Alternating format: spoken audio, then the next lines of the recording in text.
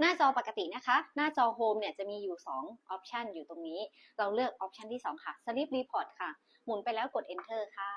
ก็จะขึ้นมาเลยนะคะว่าเมื่อคืนนี้เราใช้งานไปกี่ชั่วโมงกี่นาทีบรรทัดแรกนะคะบรรทัดที่2 Event per hour ค่ะตัวนี้ก็ค่อนข้างสำคัญนะคะมันจะบอกว่าขณะที่เราใช้เครื่อง CPAP อยู่เนี่ยเรามีหยุดหายใจขณะหลับกี่ครั้งต่อชั่วโมงอยู่ซึ่งตัวเลขปกติเนี่ยจะอยู่ที่ไม่เกิน5ครั้งต่อชั่วโมงตัวนี้ช่วยบอกเราได้ค่ะ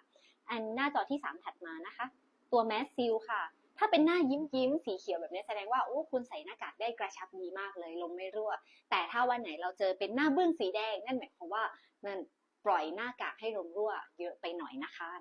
แล้วก็อันที่3อันถัดมาก็คือ humidity ก็คือระบบทำความชื้นของเรานะคะถ้ามันยังฟังก์ชันอยู่ก็จะเป็นหน้าสีเขียวปรึกษาปัญหานอนกรนตรวจ Sleep Test หรือสั่งซื้อเครื่อง CPAP ที่เชียงใหม่ Sleep Innovation โทรเข้ามาสอบถาม